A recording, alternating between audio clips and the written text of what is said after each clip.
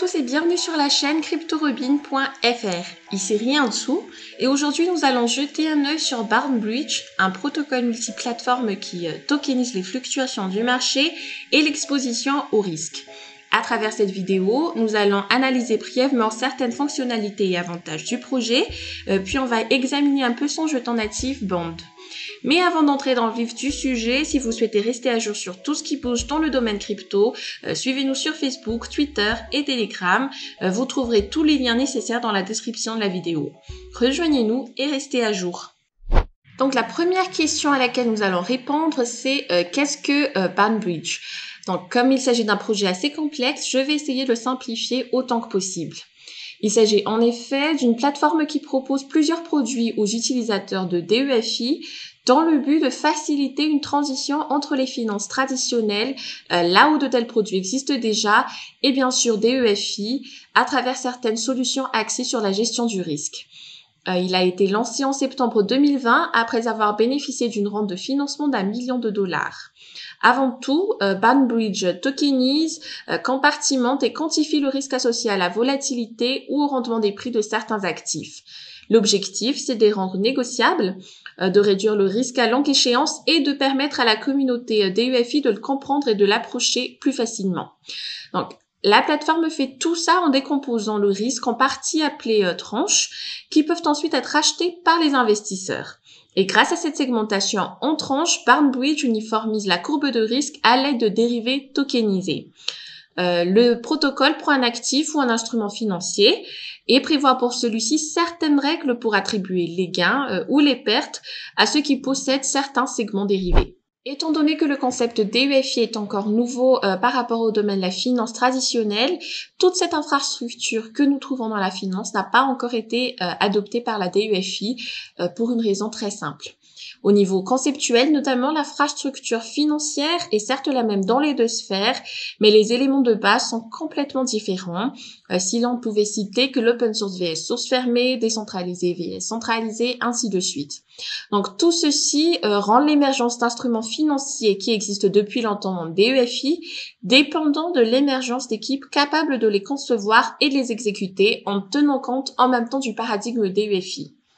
En effet, cette idée de diviser le risque du rendement en segments plus ou moins grands est une procédure qui existe depuis longtemps dans les finances traditionnelles à travers les CDO, qui ont joué leur rôle dans la crise de 2008, les CMO et ainsi de suite. Donc Barnbridge intervient exactement sur ce point puisqu'il a adopté et introduit cette procédure dans la DEFI sous une forme encore plus efficace. Donc comment ? En éliminant les intermédiaires sur plusieurs produits qui font partie de la catégorie Smart Bonds. Donc Smart Yield est le premier et a été publié en mars 2021. Smart signifie Structured Market Adjusted Risk Tranches. Il s'agit d'une application conçue pour réduire la composante de risque associée au rendement. Il faut savoir qu'il existe deux groupes de participants à ce type de produit. Déjà, les détenteurs d'obligations seniors, avec la version tokenisée d'un risque inférieur S-Bond. Donc, lorsque vous déposez et achetez des obligations, vous obtenez un taux de rendement garanti établi au moment de l'achat et valable pour toute la durée de vie de l'obligation. Ensuite, il y a les détenteurs de jetons juniors où le risque est plus élevé. C'est donc pour les utilisateurs qui souhaitent un TAP plus fluctuant. Si le rendement du pool dans son ensemble diminue, les détenteurs de jetons juniors auront un TAP inférieur, tandis que les détenteurs d'obligations seniors auront le même TAP. Il en est de même si le TAP du pool augmente. Il y a également ce qu'on appelle l'application Smart Alpha, où le facteur de risque et de volatilité vient du prix de l'actif, contrairement au Smart Yield où il venait du rendement. Donc, le fonctionnement reste tout de même le même à travers des tranches et la tokenisation. Nous allons prendre un exemple pour mieux vous expliquer. Disons que nous avons un ETH de $3 000 et qu'il tombe à $2 500. Le segment le plus risqué, tranche junior avec le token GETH, absorbera la grande partie de la perte. METH, qui est la tranche mezzanine, absorbera une perte inférieure et la tranche senior, la perte la plus petite. Si le prix de l'ETH montait à $3 500, la même chose se produirait, c'est-à-dire que la tranche la plus risquée prendra un pourcentage plus élevé du gain. En plus de ces deux applications, il existe une troisième sortie le 5 juillet sous le nom de Smart Exposure.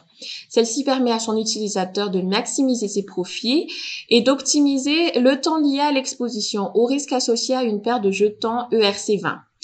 Prenons l'exemple de l'ETH et WBTC. Si un investisseur souhaite conserver un ratio de 50%-50%, le protocole rééquilibre automatiquement la position lorsque l'un des jetons fluctue. Boundbridge s'est donc développé au-delà du réseau principal Ethereum en déployant ses deux premières applications, Smart Yield et Smart Exposure sur le réseau Polygon. Le rôle de ces deux applications, c'est d'atténuer le risque de rendement du marché des prêts et le risque du degré de concentration du portefeuille. Donc Smart Yield se concentre sur les rendements variables fixes et à effet de levier des déposants sur les marchés de prêts, tandis que Smart Exposure automatise la gestion des positions. Il faut savoir que Smart Exposure a été déployé une semaine après son déploiement initial sur les réseaux principaux Ethereum et le changement concerne le rééquilibrage qui se fait en ce moment quotidiennement au lieu de se faire après un certain temps et lorsque l'écart entre les deux actifs dépasse un certain seuil. Le protocole DAO Boundbridge est alimenté par son token de gouvernance Bond qui est un jeton ERC20. L'offre maximale est de 10 millions de bonds avec près de 3,5 millions en circulation. Le jeton est bien distribué, avec près de 70% vers la communauté et le reste vers les investisseurs, l'équipe, les conseillers et la trésorerie DAO. La période d'acquisition est de 100 semaines. À quoi peut-il servir? Le token est utilisé pour le stocking et d'autres types d'incitation pour la communauté ainsi que pour la gouvernance.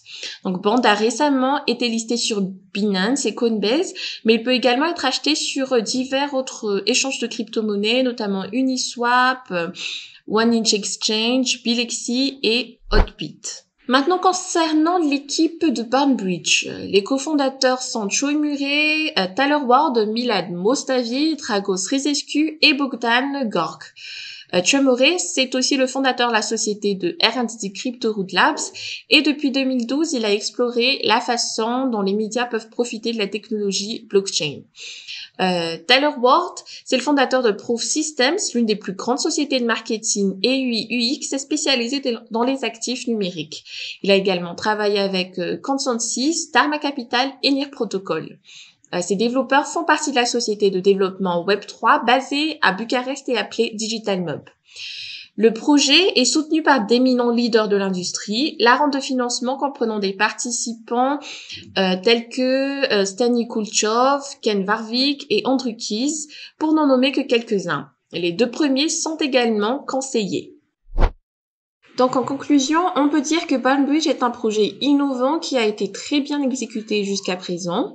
Et même si le concept existe depuis longtemps, ils l'ont adapté pour la DUFI et l'ont rendu encore meilleur car il n'y a pas d'intermédiaire et les contrats intelligents sont transparents. Cela le rend accessible à un segment d'utilisateurs expérimentés de DEFI et en fait un projet plutôt attrayant.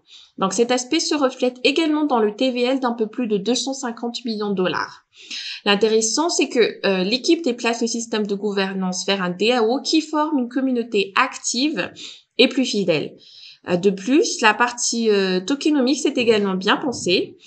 Ces éléments basés sur une équipe bien connue et expérimentée sont des indicateurs importants que le projet est là pour rester et que son objectif est de se positionner dans le top de son domaine. Et c'est tout pour aujourd'hui. Si vous avez aimé notre vidéo, n'oubliez pas d'appuyer sur like, de vous abonner et d'activer la petite cloche pour être notifié lorsque nous publions une nouvelle vidéo. Je vous dis à très bientôt!